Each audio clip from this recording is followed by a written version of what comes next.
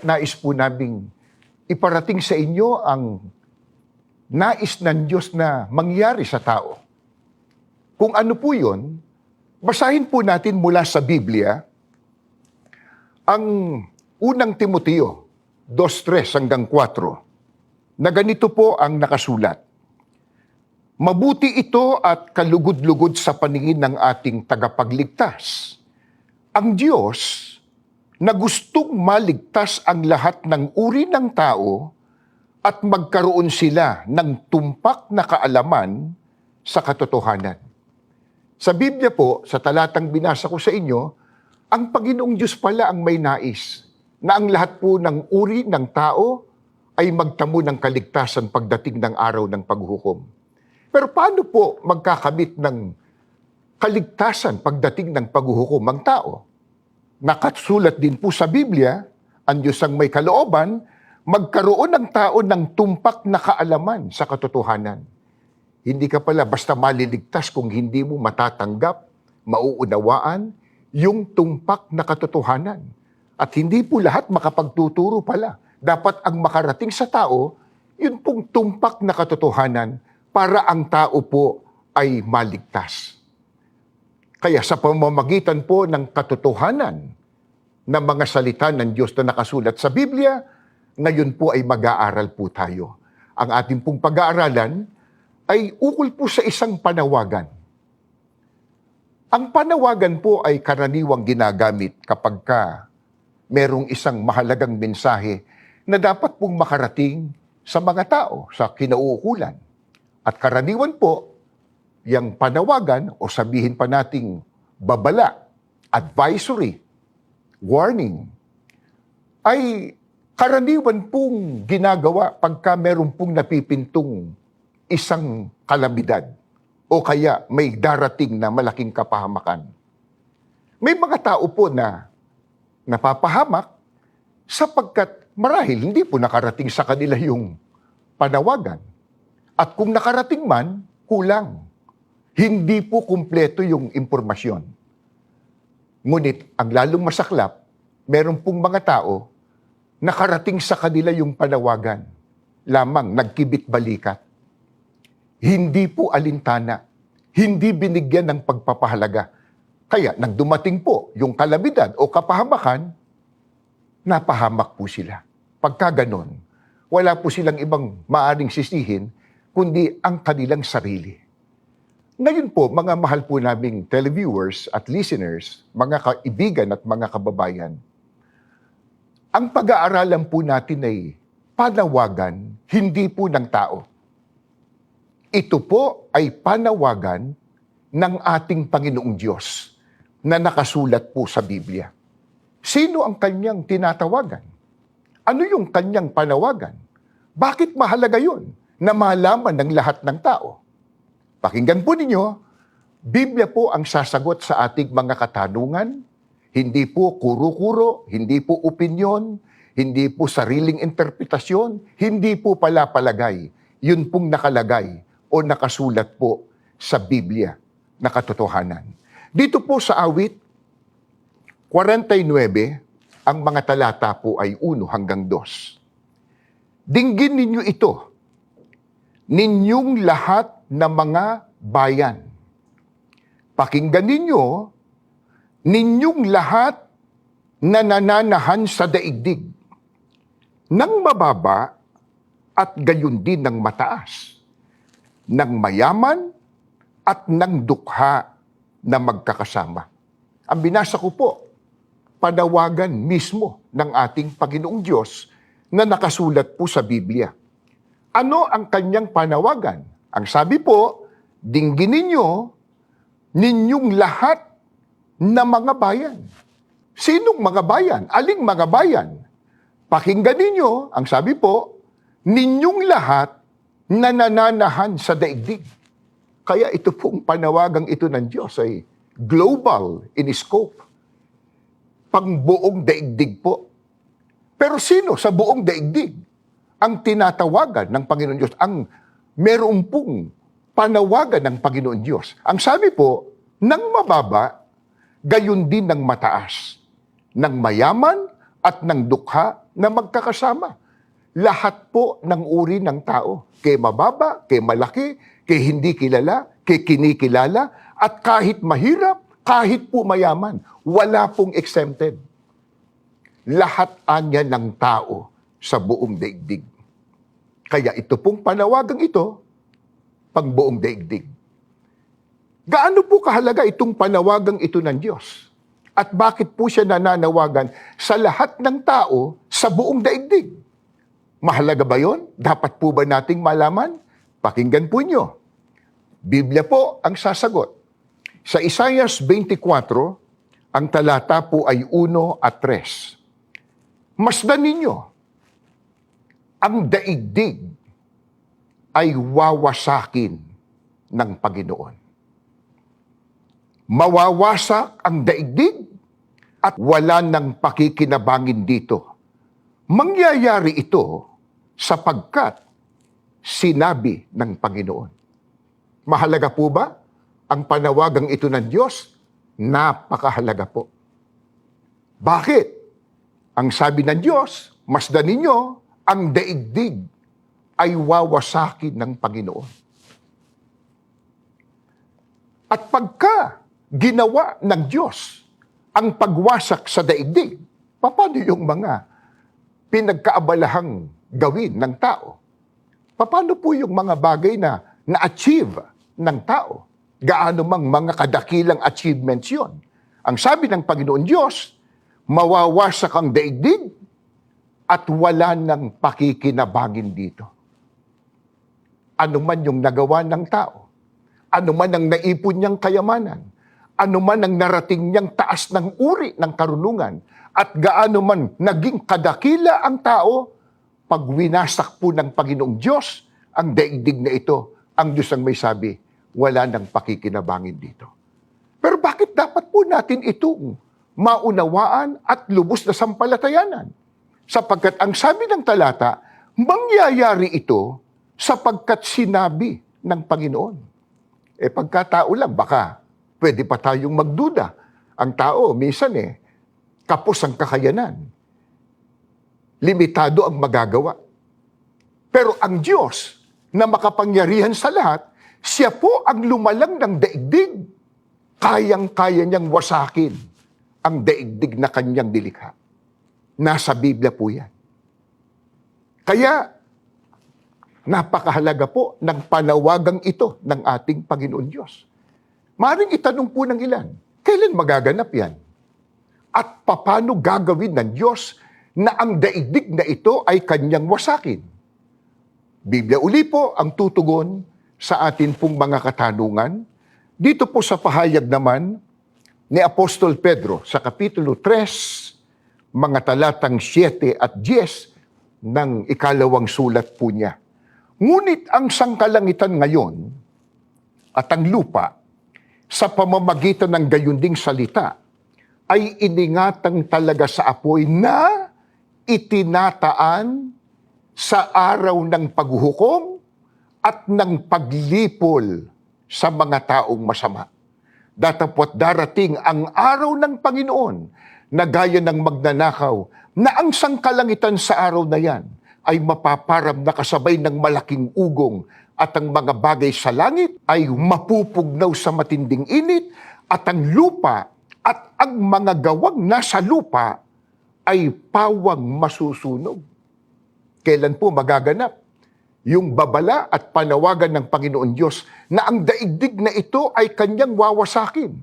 Ang sabi ni Apostol Pedro, itinataan niya sa araw ng paghuhukom. Sa araw po na itinakda ng Diyos, nahuhukuman niya ang daigdig na ito. Kasama po na malilipol ang lahat ng taong masama. Kailan po yung paghuhukom na binabanggit po ng mga apostol? Ang sabi po ni Apostol Pedro, darating anya ang araw ng Panginoon na gaya ng magnanakaw. Sino po yung Panginoong tinutukoy doon? Ang ating Panginoong Jesucristo na itinakda ng Diyos na siyang maghuhukom sa kanyang ikalawang pagparito. Paano po gagawin ng Diyos yung pagwasak sa daigdig? Sinagot din po.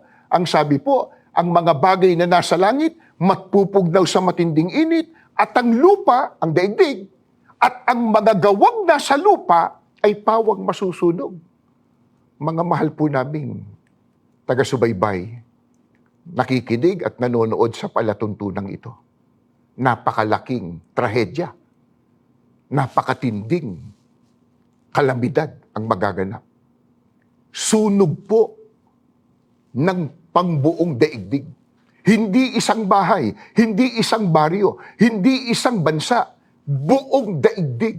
Nakasulat po sa Biblia, tutupukin ng Panginoong Diyos sa pamamagitan ng apoy, kasamang malilipol ang mga taong masasama. Kaya pala, nananawagan ng Diyos. Bago dumating yun, nananawagan na siya.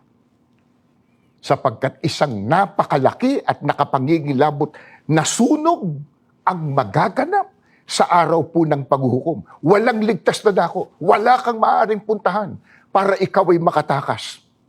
Masusunog ang buong mundo. Ano po ang ginawa ng Panginoong Diyos? Ibinigay niyang halimbawa para patunayan po na magaganap ang itinakda niya na araw po ng paghuhukom. Balikan po natin ang ikalawang sulat ni Apostol Pedro. Dito naman po sa Kapitulo 2, mga talatang 5 hanggang 7. At ang dating sanglibutan ay hindi pinatawad. Datapwat, iningatan si Noe na tagapangaral ng katwiran na kasama ng ibang 7 pa noong dalhin ang pagkagunaw sa sanglibutan ng masasama. At pinarusahan niya ng pagkalipol ang mga bayan ng Sodom at Gomora na pinapaging abo ng maging halimbawa sa mga magsisipamuhay na masama. At iniligtas ang matwid na si Lot na lubhang nahahapis sa mahahalay na pamumuhay ng masasama. Ano po itong binasa ko sa inyo mula po sa Biblia? Ito po'y nangyari sa panahon po ni Noe at sa panahon po ni Lot. Panahon ng patriarka o panahon ng mga magulang, batay po sa pagtuturo ng Biblia. Ano po ang nangyari sa panahon ni Noe? Dahil sa kasamaan po ng tao sa mundo, nilipol ng Diyos ang tao at lahat ng may buhay dito sa lupa sa pamamagitan po ng tubig, ng bahang gunaw, universal deluge. At gaano po ang napahamak? Isipin po nyo, isang buong mundong tao na noon. Pero ang naligtas lang po, 8. Si Noe, at ang sabi po ng talata, yung 7 kasama pa niya. Sino yun? Asawa niya, 3 anak niya, 3 mga manugang niya. Kaya dito po ay mapapansin po natin, ang kaligtasan, wala po yan sa dami. Wala din po yan sa kakauntian. Hindi pwedeng sabihin, mas marami kami. Kami totoo. Mayurya kami. Kaya kami ang ligtas. Sa panahong pong yun, ni Noe, ang naligtas po, 8 katao. Ang buong mundong tao, maliban doon sa 8, napahamak. Pero bago po dumating yung malaking kapahamakan, yung bahang gunaw, nagbigay po ba, nagbabala ang Diyos? Meron po ba siyang panawagan? Opo. Gaya ng binasa natin, kinasangkapan ng Diyos si Noe para ipangaral yung katwiran. At ang totoo, hindi lang po siya nanawagan at nagbigay ng babala, itinuro pa niya ang paraan para ang tao po ay maligtas sa bahang gunaw. Kaya lang po, ano nangyari? Pag binasa po niyo sa Biblia, pinagtawanan lang po si Noe. Hindi po pinaniwalaan. At ang totoo, inakala na siya ay nasisiraan pa ng bait. Pero tinanggap man nila o hindi, totoo po yung panawagan ng Diyos sa pamamagitan ni Noe. Kaya nang dumating ang takdang panahon na nais na ng Diyos ilapat ang kanyang parusa, dumating ang bahang gunaw, ang naligtas lang po yung nakinig sa panawagan. Yung sumunod sa babala, yung pumasok sa daog na ipinagawa ng Diyos, yung hindi po nakinig, napahamak. Hindi lang yan, binanggit pa po sa talata, yung panahon naman ni Lot. Ano po nangyari? Yung malaking syudad, 2 malaking syudad, Sodom at Gomora, nilipol ng Diyos sa pamamagitan po ng apoy at asupre. Ilan lang po ang naligtas? Isang pamilya lang po. Pamilya ni Lot. At ang totoo, yung asawa pa ni Lot, hindi pa naligtas sapagkat nasa daanan ng kaligtasan, sumuway pa sa bilin ng Diyos sa pamamagitan ng mga isinugo na wag lilingon sa likod. Paglingon sa likod, siguro nandun ang puso niya, nandun yung aking mga pakinabang. Paglingon, naging haliging asin. Pero nagbigay din ba ng babala at panawagan ng Diyos bago sunugin ang Sodom at Gomora? Opo, nagsugo ang Panginoong Diyos. Pero inakala lang po ng iba na nagbibiro yung nagbigay po ng babala.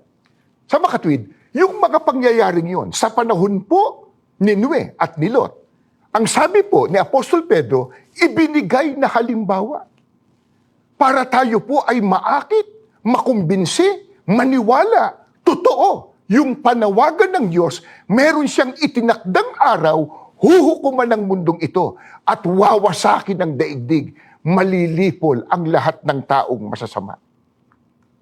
Ngayon, maaaring sabihin ng ilan, matagal ko nang naririnig yan. Sinabi na yan ng lolo ko. Pero hanggang ngayon, wala pa.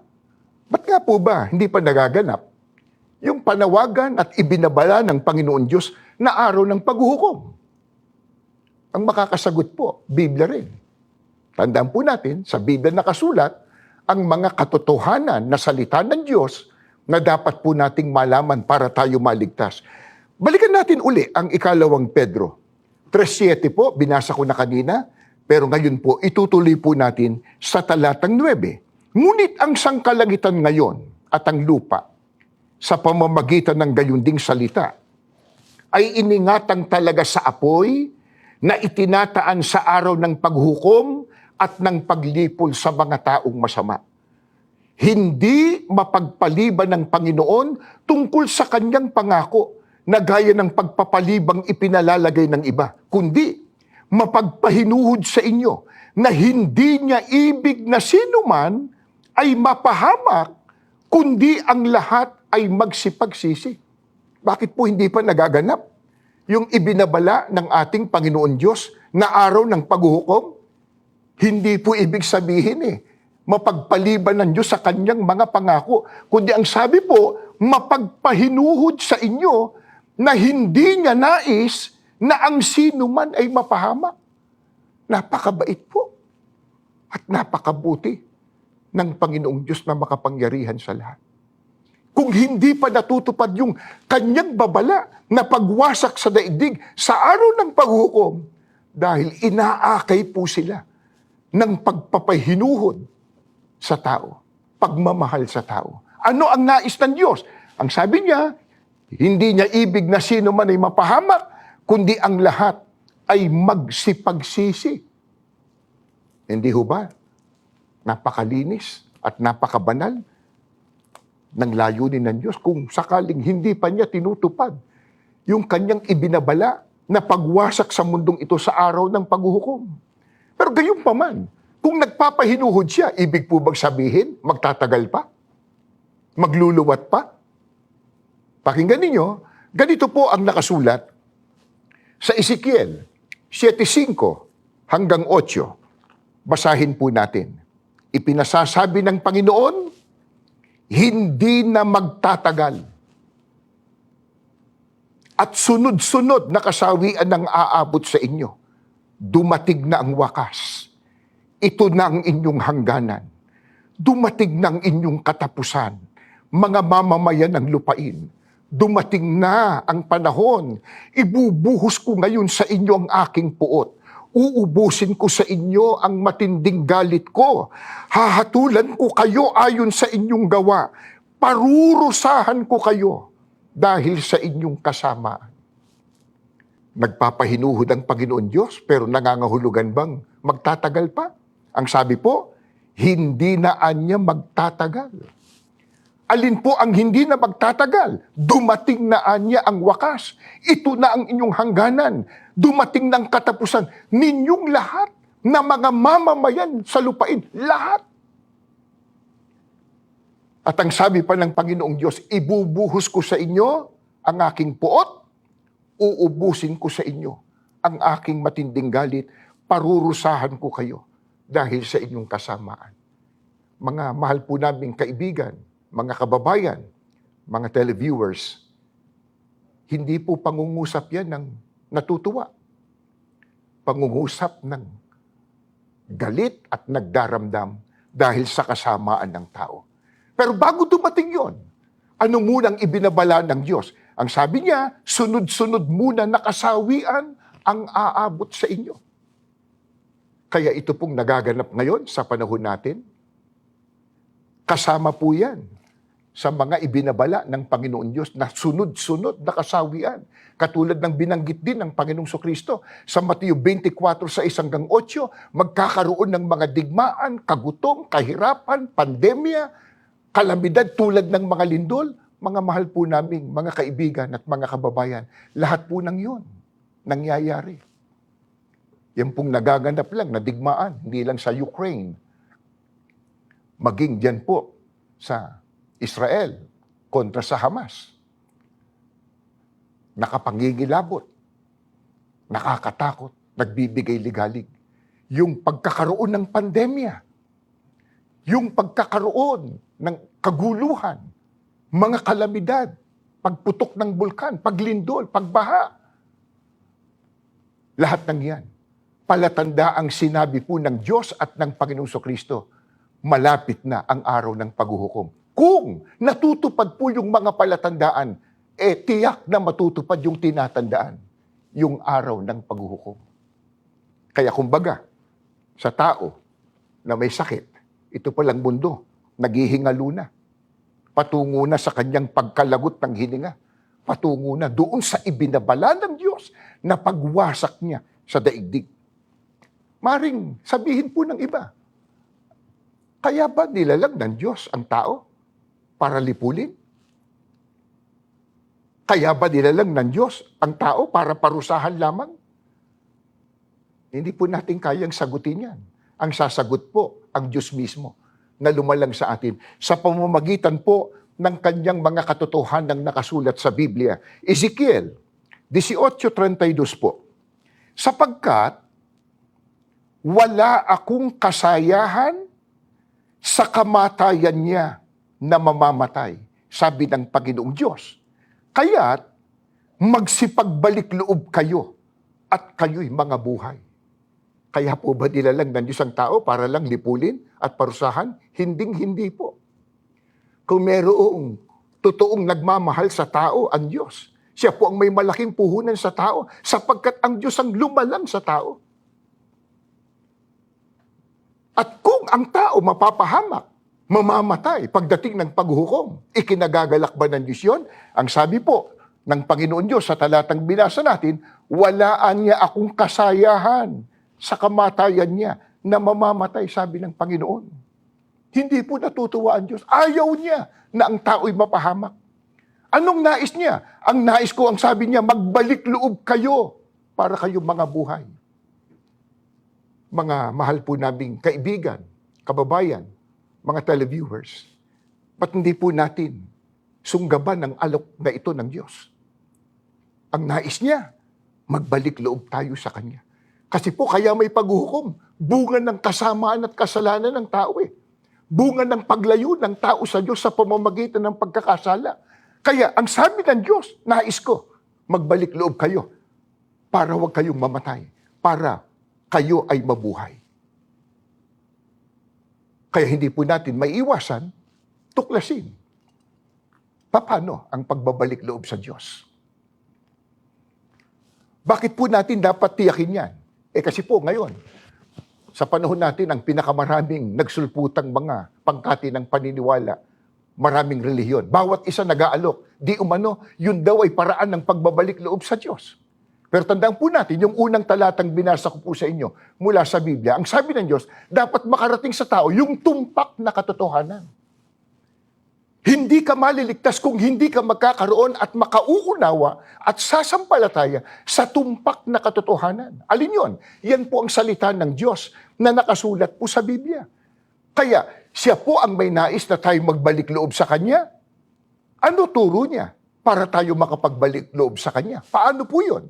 Ganito po ang pahayag mismo ng ating Panginoong Diyos. Jeremias 6:16, ganito po ang ating matutunghayan. Sinabi ng Panginoon sa kanyang bayan, tumayo kayo sa panulukang daan at magmasid.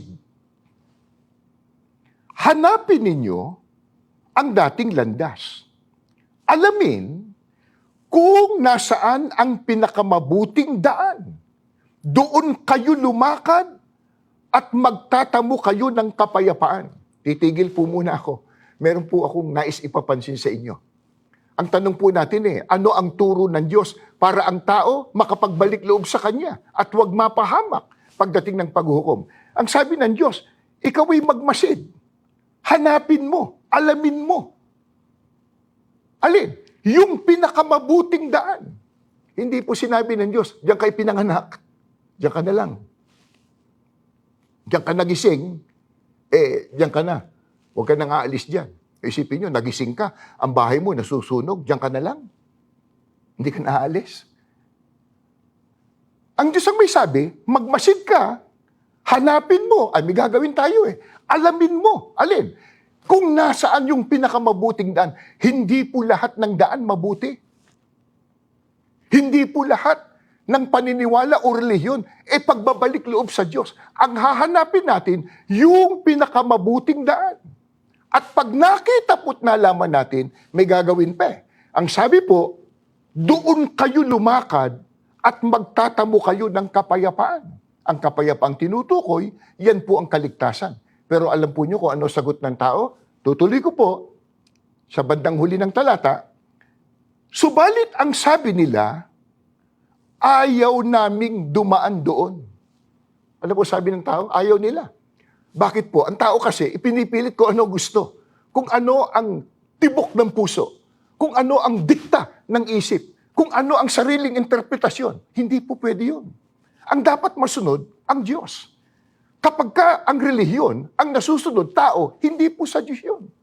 Ang tunay na relihiyon, ang tunay na paglilingkod, ang nasusunod, ang Diyos na pinaglilingkuran at ang Panginoong Kristo na ating tagapagligtas. Kaya dahil tumanggi ang tao sa ipinagagawa ng Diyos, ano sabi ng Diyos? 19, makinig ang buong sanglibutan, ang mga taong ito'y mapapahamak. At iyon ang nararapat sa kanila. Pagkat hindi nila tinalima ang salita ko, bagkus itinakwil nila ang aking kautusan. Ano sabi ng Panginoon Diyos? Masdan ninyo, mapapahamak ang mga taong ito. Bakit? Sapagkat hindi sila tumalima sa aking salita. Itinakwil nila ang aking kautusan. Yung panawagan at babala ng Panginoon Diyos, hindi po nila pinakinggan. Mapapahamak. Kaya kanina po, nabanggit natin, pag inabot ng kapahamakan, wala silang ibang masisisi, kundi ang kanilang sarili din. Sapagkat nakarating sa kanila yung panawagan at babala ng Diyos, pero hindi po nila binigyan ng pagpapahalaga. Gusto nating maligtas? Tandaan natin, sabi ng Diyos, hanapin mo yung pinakamabuting daan. At pag nalaman mo, may gagawin ka pa, lalakad ka doon. Magkakaroon ka ng kapayapaan. Sa panahong Kristiyano po, itinuro po ba ng Panginoong Hesukristo ang ikaliligtas ng tao? Paano po maliligtas ang tao? Pakinggan po nyo, ganito po nakasulat sa Mateo 7:13 hanggang 14. Sa pamamagitan lamang ng makipot na pintuan, makapapasok sa langit. Ang daan patungo sa impyerno ay malapad at ang pintuan nito ay maluwang para sa lahat ng maraming mga tao na ang pinili ang madali nitong paraan. Ngunit ang pintuan ng buhay ay maliit at ang daan ay makipot at kakaunti lamang ang nakasumpong dito. Ito po ay pahayag mismo ng ating dakilang tagapagligtas, ang ating Panginoong Hesukristo. Itinuro ba niya ang ikaliligtas po ng tao? Opo. Ang sabi ng Panginoong Hesukristo, ang langitan niya mapapasok sa pamamagitan lamang ng makipot na daanan. Tandaan po niyon, makipot na daanan. Pero ano ginawa po ng tao? Sinunod ba yon? Ang sabi po ng Panginoon Kristo, ang daan patungo sa impyerno malawak. Sapat ang luwang ng pasukan nito para sa maraming mga tao na ito ang pinili. Madaling paraan. Kasi po ang tao, for convenience, pati relihiyon. Kung ano magaang sa kanya. Kung ano yung wala na siyang sakripisyo. Di ba? Magre-relihiyon pero kasama pa rin ang bisyo. Magre-relihiyon pero ayaw na magbagong buhay. Hindi po maaari yun. Kaya, dalawang uri ng daan yung ipinakita. Yung patunguan niya sa buhay, sa langit, makipot na daan. Kokonti lang ang nakakasumpong. Pero yung daan na maluwang, patunguan niya sa impyerno, sa pagkapahamak. Marami ang dumadaan doon sapagkat pinili nila yung magaang para sa kanila. Sino po yung binanggit ni Kristong makipot na daan? Patungo po sa buhay, sa langit. Na yun din po yung sinabi ng Panginoon Diyos, hanapin mo yung pinakamabuting daan, dumaan ka doon para magkaroon ka ng kapayapaan. Sino po yun? Sa Juan 14, ang talata po ay 6. Pangungusap pa rin po ng ating Panginoong Hesukristo. Dinggin po ninyo. Eto po. Sinabi sa kanya ni Jesus, ako ang daan, ang katotohanan, at ang buhay. Sino man ay di makaparoroon sa Ama, kundi sa pamamagitan ko. Sino po yung daan? Patungo sa Ama, pagbabalik loob sa Ama, patungo sa buhay. Si Kristo po nagsabi, ako ang daan. Wala pong iba. Walang ibang shortcuts. Walang pagpipilian. Isa lang. Sabi ni Kristo, ako ang daan. Siya pa yung buhay, siya pa yung katotohanan. At ang katunayang walang ibang daan, ang sabi niya, sino man hindi makaparoroon sa Ama, kundi sa pamamagitan ko.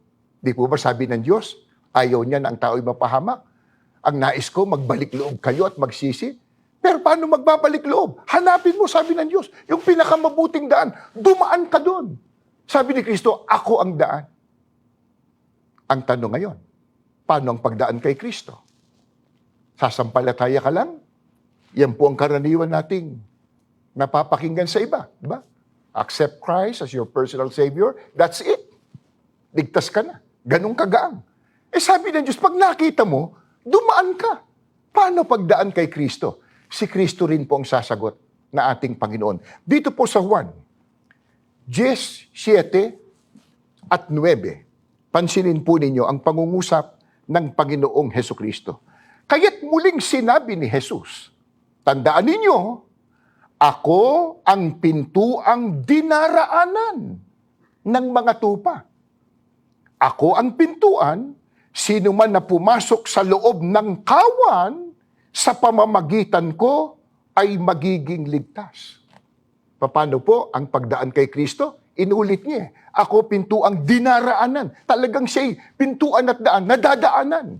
Pero paano po ang pagdaan kay Kristo? Sino man anyang pumasok sa loob ng kawan, sa pamamagitan ko, maliligtas. Pagdaan mo kay Kristo bilang pintuan, makakarating ka sa loob. Loob ng ano? Loob ng kawan. Pagka nakarating ka sa loob ng kanyang kawan, siya po nangako, maliligtas ka. Alin po? Yung kawang tinutukoy, na doon po natin masusumpungan yung sumunod sa utos ng Diyos at ng ating Panginoon Kristo.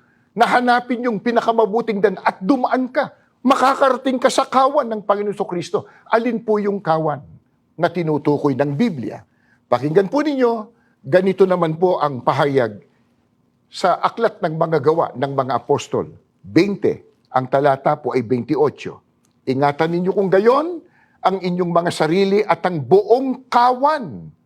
Narito'y hinirang kayo ng Espiritu Santo na mga katiwala upang pakanin ang iglesia ni Kristo na tinubos niya ng kanyang dugo. Alin po ang kawan? Biblia po ang may sabi. Iglesia ni Kristo. Bakit po yun ang maliligtas? Tinubusan niya ng kanyang mahalagang dugo. Yung katubusan na kay Kristo lang. Pag walang katubusan, walang kapatawaran. Pag walang kapatawaran, wala pong kaligtasan. Ang tinubos, sabi po ng Biblia, Iglesia ni Kristo. Nakalulungkot po, yung iba, itinuro si Kristo ang tagapagligtas. Tama po yun. Lamang, hindi itinuro ang paraan ni Kristo kung paano ililigtas ang tao. Ano itinuro ni Kristo para ang tao maligtas? Siya niya ang pintuan na dinaraanan ng kanyang mga tupa. Sino mang pumasok sa loob ng kanyang kawan, maliligtas. Ang kawan po, Biblia ang may sabi, Iglesia ni Kristo. Yan po dahilan, mga mahal po naming kaibigan, kababayan, mga televiewers, sumusubaybay sa palatuntunang ito. Kung bakit buong pagpupunyagi sa pangunguna po ng aming mahal na tagapamahalang pangkalahatan, kapatid na Eduardo Manalo. Kasama po ang lahat ng mga ministro at mga manggagawa, mga may tungkulin at mga kapatid sa buong daigdig kung saan man po meron ng lokal ang iglesia. Patuloy po naming ipinalalaganap ang katotohanan ng nakasulat sa Biblia na ang tao para maligtas, dapat po nasa loob ng kawan ni Kristo, iglesyang tinubos niya ng kanyang mahalagang dugo, Iglesia ni Kristo. Bakit po napakahalaga? Nahangarin po ng tao na maligtas sa araw ng paghuhukom. Ano po ba ang itinakda ng Diyos? Saan maninirahan ang mga taong maliligtas? Dahil kabilang po sa tunay na iglesyang itinatag ni Kristo. Pakinggan po nyo. Babasahin ko po ang nakasulat sa Isaias 65, 17 hanggang 19. Ganito po ang ating mababasa. Matamang bigyang pansin ito ngayon. Ako'y lumilikha ng mga bagong langit at ng bagong lupa. Lahat ng naunang mga bagabag, kaguluhan at kirot ay mga bagay na lumipas na, dapat ng kalimutan. Tumingin kayo sa hinaharap ng may kagalakan. Umasa kayo sa aking nililikha. Aking lilikhain ang Jerusalem na gaya ng lubos na kagalakan. Aking lilikhain ang aking bayan na gawa ng wagas na kaligayahan. Ako'y magagalak sa Jerusalem, masisiyahan sa aking bayan. Wala nang mga ingay ng pagluha sa lungsod. Walang mga pag-iyak dahil sa labis na paghihirap. Bakit po na napakahalaga at lubhang kailangang tayo po ay makasama sa kaligtasan pagdating ng araw ng paghuhukom? Saan po ba itinakda ng Panginoon Diyos na manirahan ang mga mapapalad na maliligtas? Narinig po niyong pahayag ng Panginoon Diyos sa talata ng Bibliang binasa ko? Ang sabi niya, matamang bigyang pansin ito ngayon, ako'y lumilikha ng bagong langit at ng bagong lupa. Kaya pala, itong mundong ito na puno ng kasamaan, sabi ng Diyos, wawasakin niya, may ipapalit pala siya. Ano kapalit? Bago na langit, bagong lupa. Ano uri ng pamumuhay? Bago na rin po. Bakit bago? Ang sabi ng talata, wala nang ingay ng pagluha, wala nang pag-iyak dahil sa labis na paghihirap. Alam na alam po natin kung ano ang uri at itsura ng buhay at pamumuhay sa mundo. Bat-bat ng hilahil, bat-bat ng hirap. Mas maraming mga tao sa buong mundo naghihikahos, kawawa. Halos walang makain ng iba. Pagkatapos maaapi ka pa, walang katarungan. Pagkatapos may digmaan pa, may kaguluhan, darating pang kalamidad, magkakaroon pa ng sakit at kung ano-ano pa. Pero narinig po nyo, ang sabi ng Diyos, meron siyang nilikha, bagong langit at bagong lupa. Yun anyang ating asahan. Sapagkat nilikha niya yon, nadalisay na kasiyahan, lubos na kagalakan. Sa mundo, wala pong lubos na kagalakan. Nakangiti ka ngayon, tumatawa ka ngayon, maya-maya umiiyak ka na. Di po ba? Mga mahal po naming televiewers, mga kaibigan, at mga kababayang naaabot ng palatuntunang ito ng Iglesia ni Cristo. Dito sana tayo magkasama-sama, magkita-kita, sa ipapalit ng Diyos sa mundong ito, bagong langit at bagong lupa. Pero magagawa po yan kapag tayo po sumunod sa utos ng Diyos at ni Kristo. Makarating tayo sa tunay na iglesia na tinubos ng dugo ni Kristo, yan po ang iglesia ni Kristo. Sa panig natin na mga nagkapalad na, tinawag ng Diyos sa loob ng iglesia ni Kristo, mga kapatid na nakikinig, ano naman ang payo sa atin ng mga apostol na namahala noon sa iglesia nang si Kristo'y umakyat na sa langit, na ito rin po ang maya't maya, malibit, walang sawa, ipinapayo sa atin ng ating mahal na tagapamahalang pangkalahatan, ang kapatid na Eduardo Manalo. Pakinggan ninyo, ganito ang turo ni Apostol Pablo na namahala sa iglesia sa dako ng mga hintil noong unang siglo, sa 2:12 at 16, Filipos po. Ang ibig kong sabihin, mga kaibigan, marapat lamang na patuloy ninyong gawin ang inyong ginagawa mula pa ng una. Nang ako ay namumuhay na kasama ninyo, namuhay kayo sa pagsunod na walang pasubali. Ngayong ako'y malayo sa inyo, ipagpatuloy ninyo ito. Mas mabuti na lalong pag-ibayuhin pa ninyo ang inyong mga pagsisikap. Maging masigla kayo sa inyong pamumuhay na ligtas. Maging mapitagan kayo sa harap ng Diyos at sumunod ng walang pasubali. Kung gawin ninyo yon, magkakaroon ako ng dahilan upang magsaya ng labis sa dakilang araw na yon kapag si Kristo ay nagpakita mula sa langit, sapagkat nangangahulugan yon na lahat ng ginawa ko sa gitna ninyo ay hindi nasayang na pagsisikap. Ano po ang payo ng mga apostol noon sa lahat ng mga kaanib sa iglesia para wag masayang ang dakilang kahalalan at anuman ang mangyari dito sa mundo, makatawid sila at makarating sa pangakong kaligtasan. Ang sabi ni Apostol Pablo, marapat lamang na magpatuloy kayo mga kapatid sa ginagawa nyo mula pa ng una. Ano yung mula pa ng una? Mula nung ikaw ay maging kaanib sa iglesia. Ano yung ginagawang yun? Na namuhayan niya kayo sa pagsunod sa utos ng Diyos nang walang pasubali. Ano katumbas ng walang pasubali? Walang reserbasyon. Walang pinipili. Lahat ng utos ng Diyos. Masagasaan man ang sariling kagustuhan, masagasaan man ang sariling paniniwala, kung ano ang kalooban ng Diyos, yun ang sinusunod. Parang ang ating Panginoon Kristo, di po ba? May talata sa Biblia, sabi niya, wag ang ayon sa ibig ko, kundi ang ayon sa ibig mo. Yan din po ang malimit nating marinig sa kapatid na Eduardo Manalo, ang ating mahal na tagapamahalang pangkalahatan, na laging itinuturo, mga kapatid, mamalagi tayo sa pagsunod. Huwag kayong magsasawa sa pagsunod. Maging mapitagan kayo sa Diyos. Sumunod kayo ng walang pasubali. Pero bakit po nila patuloy na itinuturo sa atin yan? Ang sabi niya, kung gawin niyo yan, magpapakatapat kayo sa kahalalan, magiging masigla kayo sa pagsunod sa utos ng Diyos, magkakaroon ako ng dahilan para magsaya ng labis sa dakilang araw na yon, sa araw ng paghukom. Bakit? Nangangahulugan lang na ang lahat ng ginawa ko, pagpapagal ko sa gitna ninyo, hindi nasayang na pagsisikap. Yung pala, ang ligaya ng namamahala sa iglesia, yung mamalagi tayo sa pagsunod.